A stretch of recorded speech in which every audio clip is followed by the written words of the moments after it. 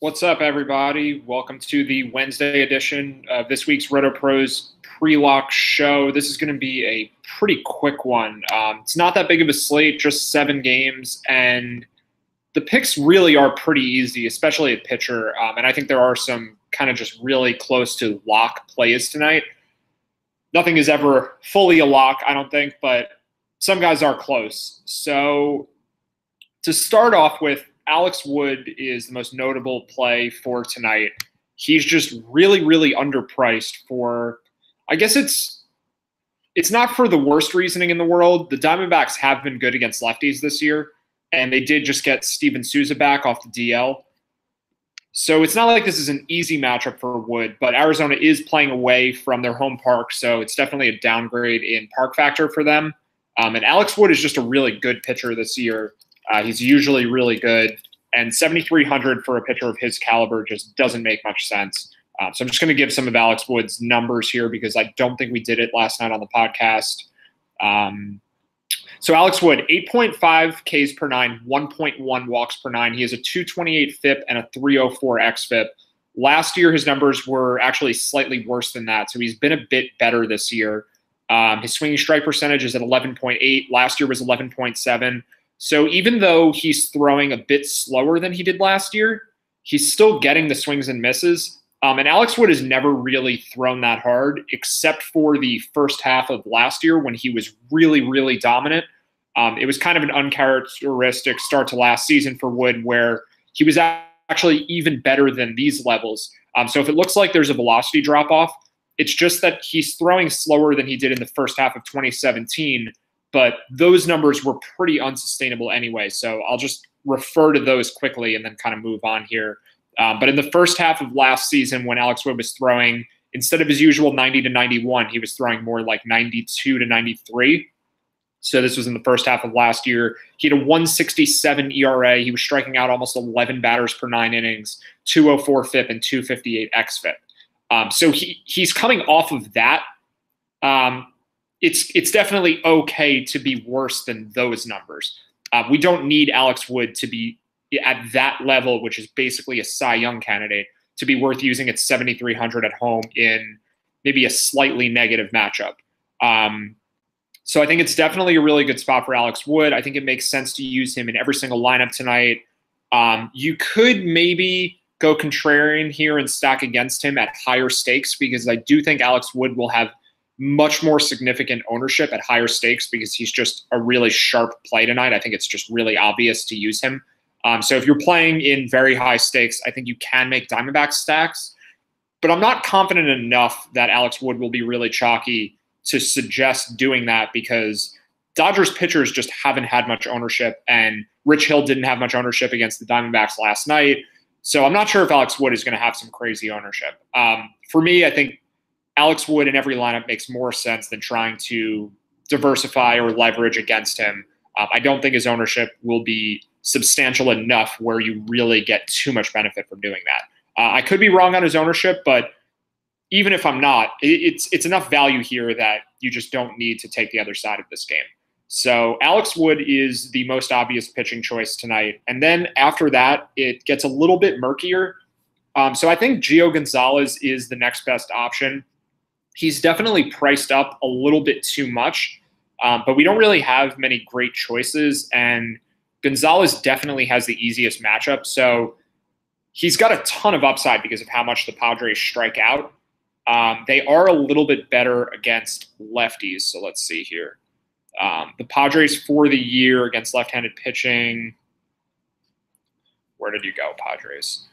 They're 18th in baseball with a 96 WRC+, but they strike out 26% of the time, which is, I think it's the highest. Well, it's actually the second highest or close to it. The other team that's right up there is the Diamondbacks. Even though Arizona is really good against lefties, they also strike out a lot against lefties. So, yeah, I probably should have mentioned that with Alex Wood. But we don't need any more reassurance that Alex Wood is a good play tonight. I think we're all sold on that one anyway. But for Gio Gonzalez, I think it's sort of similar to Alex Wood's matchup, where it's kind of boom or bust, and that's kind of just how Gio Gonzalez is. So I think the strikeout upside is huge, and I don't think he's very safe, but I think that there is enough upside there where he's worth paying. I think it's 11,400. Yeah. So it's a bit higher than it should be, but Gonzalez could easily put up 25, 30, maybe even more fantasy points in this matchup because of how strikeout prone the Padres are. And the absence of Will Myers and Hunter Renfroe isn't accounted for in those numbers. So it's an even easier than usual matchup for Gio Gonzalez against the Padres. I'm just going to quickly check if we have a San Diego lineup before moving to some of these other pitchers. We actually do. Okay. Let's see. So Myers is still in the DL. No Hunter Renfroe. They are hitting Matt Caesar leadoff instead of, I guess they've either had Manny Margot or Travis Jankowski in that spot. They've got Villanueva, Perella, and Manny Margot are the righties to be concerned about. Freddie Galvis is a switch hitter, but he is awful from the right side of the plate. And Hosmer and Franchi Cordero are lefties. There's a pitcher spot in the order. I'm not really concerned about A.J. Ellis. That's definitely a downgrade versus Austin Hedges. So this is definitely an easy matchup, even though San Diego isn't the pitcher's park it used to be. So that just makes Gonzalez have a lot of upside, like I said, but I'm not sure how safe he is. So I wouldn't want to have him as an all-in play. So the next guys to use, I think Gonzalez is the priority as the number 2 option, but there are some other pitchers that are interesting. So Tanaka, I think, is underpriced against the Red Sox. There's some sharp money here that favors Tanaka. The Yankees are only getting 35% of bets, but they've moved from minus 135 to minus 145. The total for this game has dropped. And I think it's because it's been a little bit colder in New York this week. We saw some sharp money on the Yankees in the under last night. I think the Red Sox offense is a bit overrated. So I think Tanaka is worth mixing in. I think Nick Pivetta and Chris Stratton could be worth mixing in. Stratton gets a boost because Rhys Hoskins is out. The issue for me with Stratton is that I don't think the savings here are necessary. So while there's probably some value on him at 5,900, I just don't think you need to go that cheap.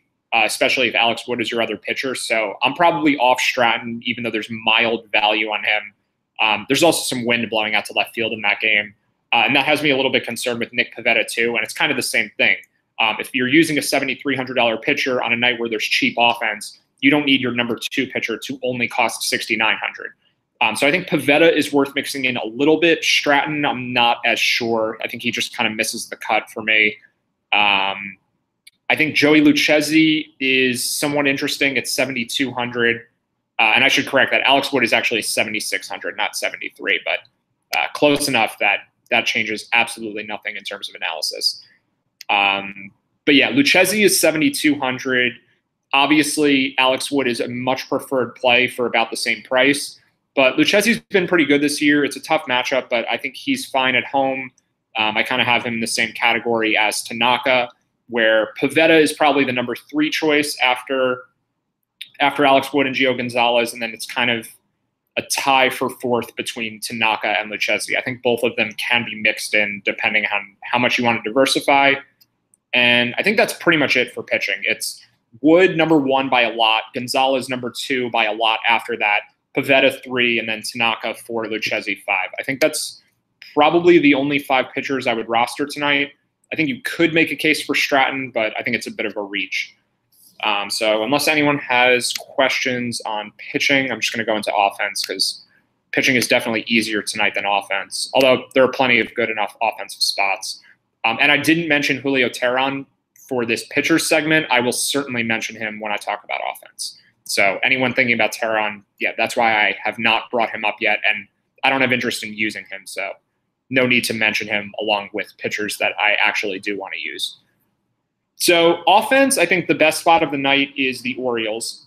They should be the highest owned offense. It's sort of obvious against Eric Skoglund, who is left-handed, not that good. He's been better than last year, but still FIP and XFIP in the mid to high 4s, getting 8.7% swinging strikes. He was actually a decently regarded prospect, but I think he's more of just a back-end starter, and the Royals have a terrible bullpen. So there's a lot of upside for the Orioles tonight. It's a hitter's park. They usually score via home runs more so than most teams. So it is kind of boom or bust with Baltimore. But they're better than they were to start the year because Jonathan Scope is back. Mark Trumbo is back. They can play Danny Valencia against lefties. I think it's a decent lineup against lefties, maybe an above average one. So I do like the Orioles a lot. They're also really cheap. And even though they're going to be popular, I think the ownership will be spread out enough tonight where you don't want to worry too much about ownership. There are, 4 or 5, maybe 6 offenses in good enough spots where it should be fairly diluted, even though we only have 7 games on this slate. So I think it'll just kind of get spread out enough where you don't really have to worry about who the chalk is and just kind of play the best plays. And I think the Orioles are the best play tonight. They are followed closely, I think, by a couple other teams. So the opposite side of that game, the Royals are facing Andrew Cashner. The good thing about Royals for stacking, and I wish I did this last night when Dylan Bundy just got obliterated by the Royals. The Kansas City offense as a whole is not very good, but they are very top heavy. So their lineup is concentrated. And in terms of stacks, it's very easy to figure out who of their lineup to use. So Soler, Moustakas, Perez, and Duda are clearly their best hitters. And then I think Jay and Merrifield are fine for stacks. I think you can pretty much ignore Alex Gordon, Alcides Escobar, and Abraham Almonte. Depending how many Royal stacks you're making, I guess those guys could be okay to have. But I would very, very heavily target the core of the Royals order because that's where all of their offense comes from, usually. And Cashner is pretty bad. So I think the Royals are a decent secondary option. I think both sides of the Mariners-Blue Jays games are decent options. I actually lean towards Toronto. I think their offense, I'm not sure, it's probably not as good as Seattle's. I think it certainly isn't as good as Seattle's, but Wade LeBlanc is probably worse than Jaime Garcia. My concern a little bit with Toronto is that this could turn into a bit of a bullpen game for the Mariners.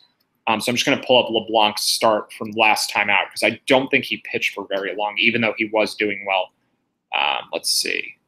So last year, Wade LeBlanc had a 428 FIP and a 406 xFIP as a reliever. So his bullpen numbers are below average, very much below average. That's not good at all for a reliever. That's barely even good for a starter. For LeBlanc's career, he's pitched more out of the bullpen than he has as a starter and more of the same in terms of his peripherals. This year, he's made 1 start, and that was his last time out. So let's see what we've got here. Okay, so 4 innings, LeBlanc gave up only 3 hits and a walk, struck out 3. He faced 15 batters, but they pulled him from the game anyway. So my concern here would be that that happens again, and then because it's a bullpen game, and this kind of alludes to one of the reasons why I don't like the Braves offense, which I'll certainly talk about. This could become a bullpen game, and relievers are just more efficient on a per inning basis than starters because they can conserve their energy. They don't have to worry about fatigue as much. The batters can't really time up their pitchers as well because they aren't seeing them as many times through the order. So I would say at most LeBlanc is going to go 2 times through the order. And that kind of limits the damage a little bit that we can expect for the Blue Jays offense. But the Mariners bullpen isn't particularly good, and this game is in Toronto, so they do have home field advantage here. But I think the Mariners and Blue Jays are kind of just comparable picks. I think they're in the same category as the Royals, which is kind of just a notch below the Orioles. So those would be my 2nd, 3rd, and 4th favorite offenses. All right, what else? All right, so I'll mention why I don't like the Braves offense, and then I will get to Julio Teheran. Yeah, that'll be the last thing. I keep forgetting where I'm going there, but yeah, it still is relevant what's going on with Julio Teheran. So the Braves offense has been the best in baseball by WRC Plus at 112. They're number 1 against lefties at 122. But I think we should be cautious of sample size here. So even though they've played most of the season without Ronald Acuna, I don't think Nick Markakis is going to keep hitting at an MVP level. It just doesn't really fit in with the rest of his career. So when Markakis regresses, that's definitely going to hurt the offense a bit. Let's see what's going on with Nick Markakis this year. He's got a 162 WRC plus. He's only striking out 8.3% of the time. I mean, it is impressive that he's managed to boost his walk rate and cut his strikeout rate in half. He's hit 6 homers already. His career high is 23. He hasn't hit more than 15 in a season in like 10 years. So I don't know, maybe Markakis has just become an amazing hitter, but I think it's more likely than not that he's still just kind of decent and is just playing way over his head. So that has certainly inflated the Braves' start to the season. But beyond what you think about the Braves' offense, how good they actually are, they're very, very expensive tonight. And the Rays are going with a bullpen game. So like I said with the Mariners, relievers don't have to conserve energy like starters, and because of that, they can be better inning to inning. Ryan Yarbrough is almost certainly not going to start a third time through the order. He's going 2 times through the order max. This is one of many bullpen games the Rays have had this year, and the status quo for them is let the starting pitcher face maybe 12 to 15 batters, a few more than that if he's going really well. So the Braves are not going to see a lot of this guy, and relievers are kind of just tougher to hit. So because of the pricing and because the matchup is kind of just not as good as it seems on the surface, I'm off the Atlanta offense. And also sharp money is pretty strong here, where the Braves open at -120 and the game is now pick 'em, even though 66% of the bets are on the Atlanta side. So I really just don't like, I mean, they're more expensive than all of the other offenses that I've mentioned. And just looking at the implied run total by the Vegas line, I mean, it's a pick 'em game with a total at 8. These other 2 games, the Mariners-Blue Jays game and what was the other one? And the Royals-Orioles game, both of those have over-unders of 9.5. The Orioles game is actually up to a 10 over-under. So I think the Braves might have comparable ownership to those teams, and the offensive output is just not nearly as high. So I really don't like Atlanta's offense for the pricing, and I just don't think they should score as many runs as any of the other 4 teams in those other good spots. The Tampa Bay bullpen is bad, but it's not bad enough where that all of a sudden makes the Braves some incredible stack. And if you're going to use that logic on Atlanta, then you have to kind of say the same thing about the Blue Jays, who are cheaper than the Braves, almost as good of an offense as the Braves. I mean, maybe or maybe not, but they're in a better hitter's park. Tampa Bay is not a good hitter's park. Toronto is, and the Blue Jays are much cheaper than Atlanta. Like, everything is going against the Braves tonight, except for how good they are as an offense. And I think they are just a little bit overvalued. Like, I think they've been playing a bit over their heads. So even against some mediocre pitchers, they're not going to get to see these pitchers for very long in the game. And it's a road game in a pitcher's park. It's not a great spot for them. And the line movement here certainly dictates that. As for Julio Teheran, because I think that's all I have to say about Atlanta, I mean, I do think you can use them as plugs. Tyler Flowers is really cheap. But yeah, I don't have interest in stacking them. As for Julio Teheran, his peripherals this year are not very good. His FIP and XFIP are in the mid and high 4s, and he's throwing slower and getting more swinging strikes, but I'm not sure how sustainable of a route to success that is, because it kind of seems gimmicky where once hitters pick up on it, it's just not going to – he's not going to be able to continue to throw 89-mile-per-hour fastballs and get hitters out when he's also walking as many as he has. Teheran is walking 4.5 batters per 9 innings. So I don't think he's going to continue to have a good season without I don't think he's going to continue to have a good season without being able to throw harder. And even so, he's priced at 8,900, which is just way too much for his talent level. It is a decent matchup. It is a pitcher's park. I think he could do well, but I also think he could be really, really chalky. So with that being a factor on top of it, I don't really think Teheran's worth playing. I think the ownership is a problem. The matchup is easy, but I just don't think Teheran's particularly good, and it's a road game. So I'm off Julio Teheran, and I also think the Rays make for a pretty decent contrarian stack if Teheran is going to have ownership. So the Rays are really cheap, and you can very easily stack them with Alex Wood and Gio Gonzalez. You can even use Patrick Corbin. I think Corbin could make sense if you're making some very cheap stacks. I mean, Corbin's overpriced, but he's good enough where I think he's fine to include, I guess. But the Rays offense is all priced under 4,000, and the idea that we would have stacked against Julio Teheran every start when the season began, which was kind of the strategy to begin the year, and Teheran actually hasn't pitched better than we thought he would, aside from his ERA. His peripherals are just as bad as we thought they would be. the idea that we can get the lowest owned offense of the night against Julio Teheran when that offense is cheap and at home, I mean, it's a little bit ridiculous. So I think the public has bought into Teheran too much. You see it in the betting line. I think you're going to see it in ownership. I think the Rays hitters could all be sub 5% owned. And if Julio Teheran goes back to being as bad as we thought he would be at the start of the year, which is certainly not out of the question, then it could be a really big night for Tampa. And they're all cheap. So the Rays are my favorite contrarian stack. They're going to be my 5th favorite offense behind the Orioles, Royals, Mariners, and Blue Jays. I don't think there's anything much more to say about that. I guess in terms of stacking them, I prefer Brad Miller to CJ Cron just because I think he's a better hitter, and Teheran is generally worse against lefties. Miller is also cheaper. But that's pretty much it. That's it for the Rays-Braves game. I know that this game is drawing a lot of questions, but if you have any others, feel free to mention those. Bryce Harper is out tonight, so definite bump for Joey Lucchesi there.